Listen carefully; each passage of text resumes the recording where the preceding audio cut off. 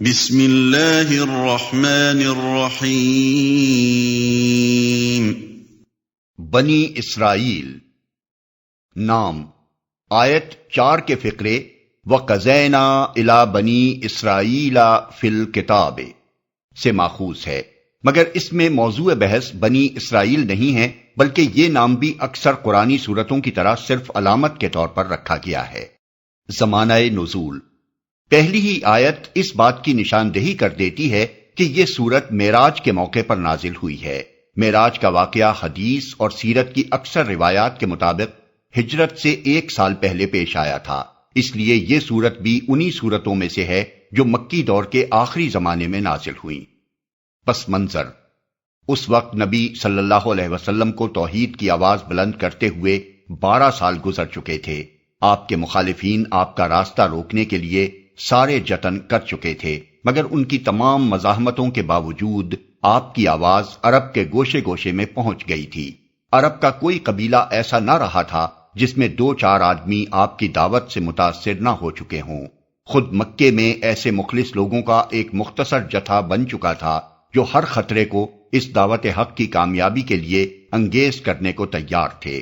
مدینے میں اوس اور خزرج کے طاقتور قبیلوں کی بڑی تعداد آپ کی حامی بن چکی تھی۔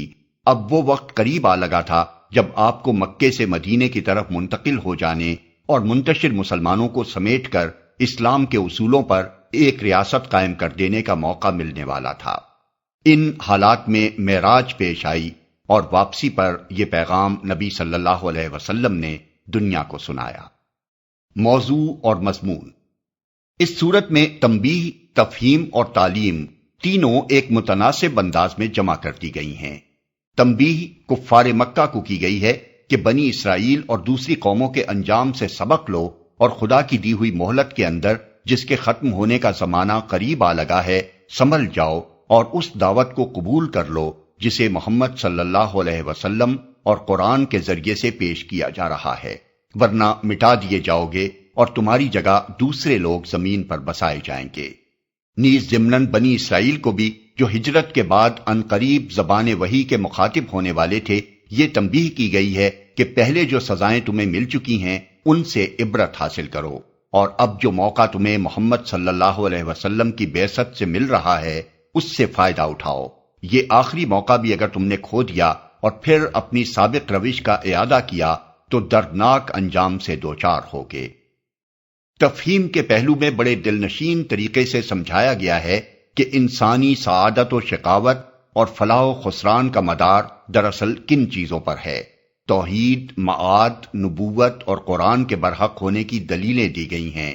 ان شبہات کو رفع کیا گیا ہے جو ان بنیادی حقیقتوں کے بارے میں کفار مکہ کی طرف سے پیش کیے جاتے تھے، اور استدلال کے ساتھ بیچ بیچ میں منکرین کی جہالتوں پر زجر و توبیخ بھی کی گئی ہے۔ تعلیم کے پہلو میں اخلاق اور تمدن کے وہ بڑے بڑے اصول بیان کیے گئے ہیں جن پر زندگی کے نظام کو قائم کرنا دعوت محمدی کے پیش نظر تھا۔ یہ گویا اسلام کا منشور تھا جو اسلامی ریاست کے قیام سے 1 سال پہلے اہل عرب کے سامنے پیش کیا گیا تھا۔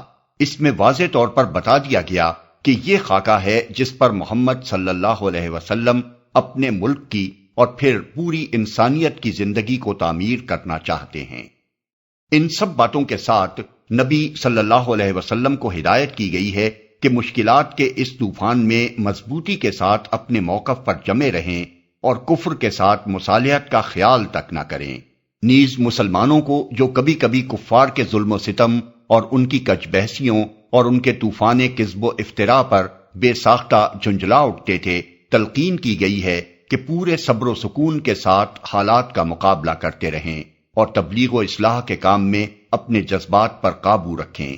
اس سلسلے میں اصلاح نفس اور تزکیہ نفس کے لیے ان کو نماز کا نسخہ بتایا گیا ہے کہ یہ وہ چیز ہے جو تم کو ان صفات عالیہ سے متصف کرے گی جن سے راہ حق کے مجاہدوں کو آراستہ ہونا چاہیے۔ روایات سے معلوم ہوتا ہے کہ یہ پہلا موقع ہے جب 5 وقتہ نماز پابندی اوقات کے ساتھ مسلمانوں پر فرض کی گئی۔